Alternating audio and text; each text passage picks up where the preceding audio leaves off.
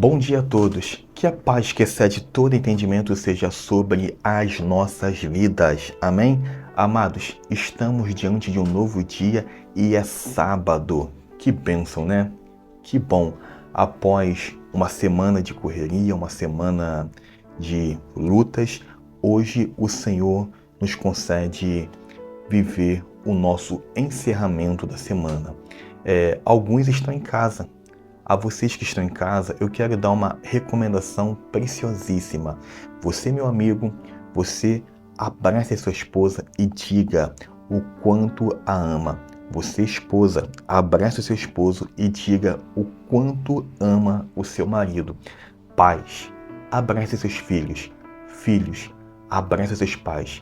Que haja um dia de harmonia, um dia de paz, um dia de alegria, que não falte a presença do Senhor Jesus sobre o teu lar. Pastor, estou trabalhando, estou na correria, só saio meio-dia. Não tem problema. Quando você chegar em casa, faça o mesmo. Diga você à sua família o quanto ela é especial, o quanto ela é importante. Fazendo isso, vamos rasgar um monte de planos e projetos do inimigo que ele criou para poder destruir, atacar a nossa família. Agindo assim, dizendo o quanto você ama a sua família, Deus há de se agradar e Deus há de honrar a profissão de fé, a profissão de amor que vai sair dos seus lábios. Amém? Age assim, agrade a Deus e deixe o diabo com raiva. Mas Deus quer falar de forma poderosa aos nossos corações. Hoje, a nossa intenção, bem rápida, bem objetiva, é falar das situações da vida que vão estar representadas pela tempestade e também pela graça e pela multiplicação de Deus sobre as nossas vidas. A primeira parte consiste na tempestade. Quando pensa assim, tempestade é sempre algo ruim. Por quê? Causa destruições, traz prejuízos, não é? É uma temática que queremos que passe longe da nossa vida. Mas olha só o que a Bíblia diz em Mateus capítulo 14, verso 28 ao 32. Vamos lá comigo?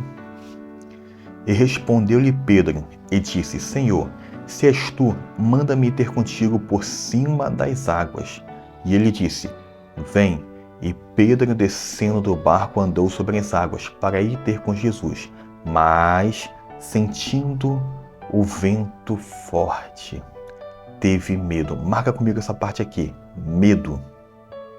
E começando a ir para o fundo, clamou, dizendo: Senhor, salva-me. E logo Jesus, estendendo a mão, segurou e disse-lhe: Homem de pequena fé. Marca comigo. Homem de pequena fé. Por que duvidaste? E quando subiram para o barco, acalmou o vento. Amém? Essa passagem se dá em Mateus capítulo 14.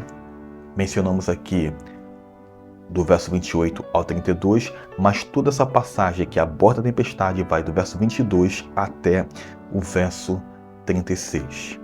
Mateus capítulo 14 é fascinante e profundo. Nós temos aqui agora um cenário de tempestade. Na verdade, é a segunda tempestade que os discípulos vão passar, que é marcada, que é dada uma ênfase nos evangelhos. A primeira vez que os discípulos passam por uma tempestade se dá em Mateus capítulo 8, do verso 23 ao 27. Antes de falar dessa segunda, a qual fizemos a leitura, me permita brevemente falar da primeira. Na primeira tempestade, Jesus está no barco com seus 12 discípulos, só que tem um detalhe: Jesus estava dormindo na proa do barco. Quando a tempestade se levanta com força, com violência, nós temos Pedro, que era um pescador experiente, com mais alguns discípulos. Mas esse cenário de tempestade foi tão forte, tão assustador, que Pedro e os demais chegam a Jesus e o despertam. Rabi, mestre, não te importa que nós morramos? Olha o interessante, Jesus acorda, sente a força do vento, vê o tamanho da onda, mas a reação dele é diferente. Mas pastor, calma aí, Jesus é Deus. Então, ele não vai se assustar. Sim, concordo com vocês, Jesus é Deus, mas era Deus na condição humana. E na condição humana, Jesus sente dor. Olha como o negócio é tremendo. Jesus sente fome, Jesus sente sede, Jesus sente frio, Jesus sente cansaço, tanto que ele estava dormindo, e na condição humana, sujeito até mesmo a morrer, mesmo sendo Deus. Paulo diz algo interessante, e mesmo sendo Deus, não teve por usurpação ser igual a Deus, e achando-se na forma de homem, aniquilou-se a si mesmo, sendo obediente até a morte e morte de cruz. Jesus vê o cenário de tempestade, mas a reação dele é diferente. Jesus usa a autoridade glória, que Deus tem dado a cada um de nós. Ele, com a fé em Deus o Pai, repreende o vento e a fúria do mar. Jesus repreende a tempestade. Qual está sendo a tua postura com relação ao que você está vivendo? Você está aceitando? Você está ficando calado? Tem um dito que diz assim: quem cala consente. Você está aceitando o que você está vivendo? Cadê a sua ousadia de homem de Deus e de mulher de Deus? Se revolta com o que você está vendo e repreenda. Somos filhos de Deus. Somos filhos de Deus, somos povo de Deus. Então vamos repreender sim essa fúria, essa força. Vamos ter fé. Olha a sequência do que diz em Mateus, no capítulo de número 8, entre o verso 23 e o verso 27. Quando Jesus acalma a tempestade, ele se volta para Pedro e os demais. Por que vocês tiveram medo, homens de pequena fé? Que essa pergunta não seja feita a nenhum de nós. Que Deus possa olhar e achar a fé em nós. Vem comigo agora para o capítulo 14. De novo temos um barquinho. De novo temos 12 discípulos. Só que com a diferença, Jesus não estava no barco. Eita glória! Tem momentos na vida que parece que Jesus não está no barco. Que Jesus não está na casa. Que Jesus não está na nossa empresa. Parece que em algum momento Jesus não está andando com a gente. Mas vem cá, quantas tempestades você já não passou? Quantas tempestades você já não venceu? Vai ser essa que vai te afundar? Vai ser essa que vai te derrubar? Jesus agora está caminhando sobre as águas, indo em direção aos discípulos. Quando os discípulos vê aquela figura sobre as águas, ficam desesperados. Meu Deus, é um fantasma! Jesus fala assim: opa, calma aí que sou eu. Pedro reconhece a voz de Cristo e fala: bom, Senhor, se és tu, me dá a ordem, porque eu quero ir ter com o Senhor sobre as águas. Jesus diz: vem, Pedro. Gente, o sobrenatural, o que a física não pode explicar, vai acontecer. Pedro vai botar o pé sobre as águas agitadas e não vai afundar. Vai botar o segundo e não vai afundar. Pedro agora começa a andar sobre as águas. Mas lembra da leitura que disse que ele vai sentir a força do vento? Meu Deus! E o sentimento chamado medo agora brota com mais intensidade.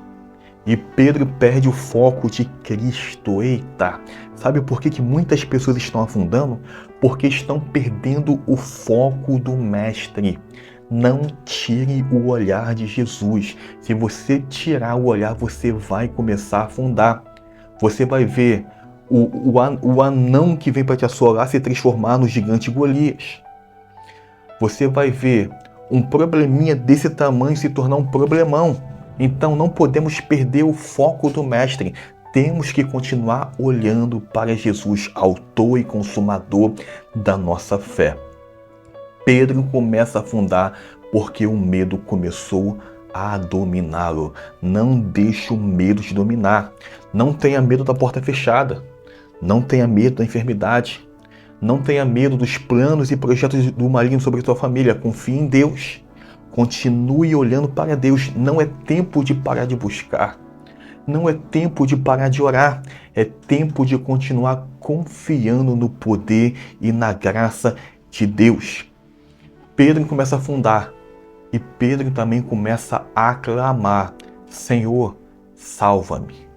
O texto diz que Jesus estende as mãos. Jesus está com as mãos estendidas para poder, no dia de hoje, nos socorrer. Jesus ajuda Pedro. E olha só o que diz o verso 32. Melhor, o verso 31. E logo Jesus, estendendo a mão, segurou e disse-lhe: homem de pequena fé.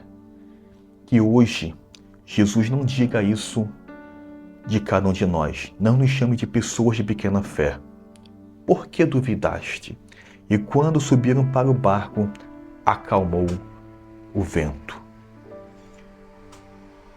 Na primeira tempestade, Jesus mostra o que fazer, como lidar. Ele nos convida a usar a nossa autoridade de povo de Deus, de homem de Deus, e vocês, minhas irmãs, de mulheres de Deus. Vamos ousar com a nossa fé, vamos repreender em nome do Senhor Jesus Cristo a força e a fúria do vento. Não podemos esquecer a nossa identidade. Somos filhos de Deus. Amém? Amados, nós vemos aqui sobre a primeira tempestade, sobre a segunda tempestade, mas eu também quero compartilhar algo de suma importância com vocês. A Bíblia também diz, ainda no capítulo 14 de Mateus, sobre a primeira multiplicação dos pães e dos peixes. Do verso 13 até o verso 21, nós temos essa narrativa. Jesus ele vai multiplicar 5 pães e 2 peixinhos. E olha só o que a Bíblia diz após o cenário da multiplicação. Verso 20 e 21 de Mateus 14. E comeram todos, e saciaram-se, e levantaram dos pedaços que sobejaram 12 cestos cheios. E os que comeram foram quase 5.000 homens, além das mulheres e crianças. Deus continua multiplicando no impossível. Eu não sei o que está pouquinho sobre a sua vida. Ouse amados, ouse ser o profeta da tua vida. Homem de Deus, mulher de Deus, ouse ser o profeta da tua vida. Se é pouquinho que você tem, faça como Jesus fez. Ele ergue o cesto com os pães e peixe e abençoa. Tem muita gente que fala assim: o meu salário não dá para nada. Olha só a sentença que você usou, a sentença de miséria, de derrota. Se agir assim, de fato não vai dar para nada. Diga assim: o meu salário é uma bênção. E você vai ver o pouquinho se transformar em muito. Seja você o profeta da sua vida. Seja você o profeta que vai orar a Deus pela cura da enfermidade, pela libertação da família, pela mudança da família. Amém? Ainda que a sua família não esteja nos moldes que você quer, ouse profetizar coisas boas sobre a sua casa. Não a derrota, não a miséria, não a decadência espiritual, mas seja você o homem de Deus, a mulher de Deus que vai profetizar bênçãos sobre o seu lar. Amém? Da mesma forma que houve a primeira multiplicação dos pães e dos peixes, também houve a segunda. Em Mateus capítulo de número 15, do verso 29 ao 39, de novo, Jesus multiplica 7 pães e alguns peixinhos, e de novo há uma sobra, e de novo o povo é saciado.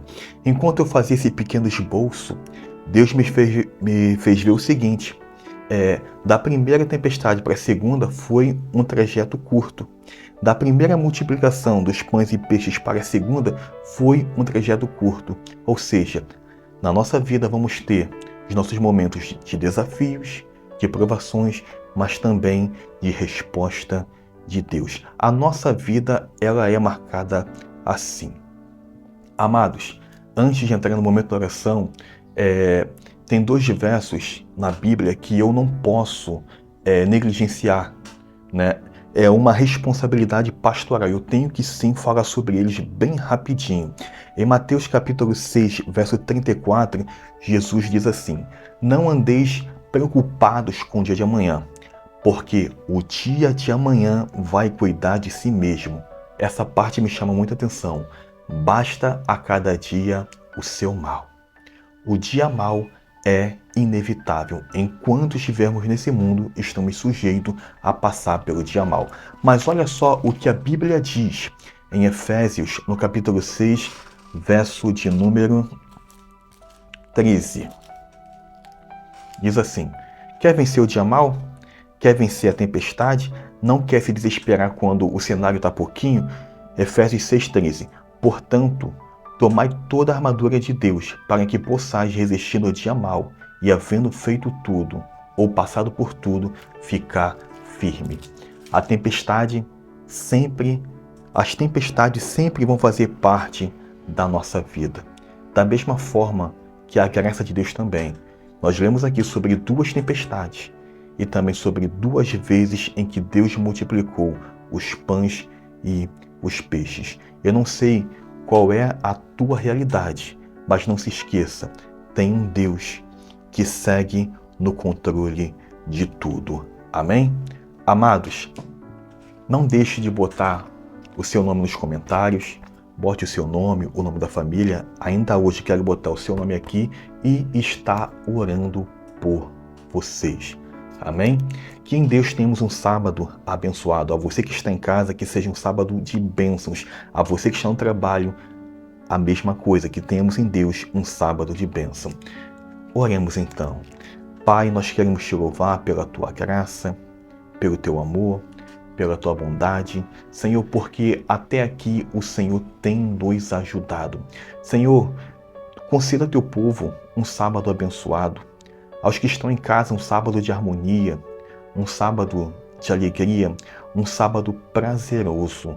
Pai, eu quero te pedir também pelos meus irmãos que se encontram resolvendo alguma pendência, algum compromisso, trabalho e assim por diante, que o Senhor possa nos guardar, que o Senhor possa nos dar também um sábado de muitas bênçãos. Eu oro, Senhor, pelos nomes que estão nesse caderno, meu Pai. Senhor, são homens, mulheres, nomes de crianças, nomes de adolescentes, de jovens, de idosos, famílias, meu Pai. E eu quero te pedir que o Senhor possa tocar, Senhor, nesses corações e encher, Senhor Deus, de fé, de esperança, de amor. Pai, que o Senhor possa abençoar o teu povo de forma poderosa e grandiosa. Pai, que seja um dia de portas abertas, que seja, Senhor, um dia de respostas, que seja, Senhor Deus, um dia de curas, ó Pai, que seja, Senhor Deus, um dia de transformações, de libertações, de renovo e de algo novo que só o Senhor pode conceder. Que a tua graça, meu Pai, possa estar sobre o teu povo, em nome do Senhor Jesus. Amém? Amados, que Deus possa poderosamente vos abençoar. Que temos um Deus, um sábado de muita paz.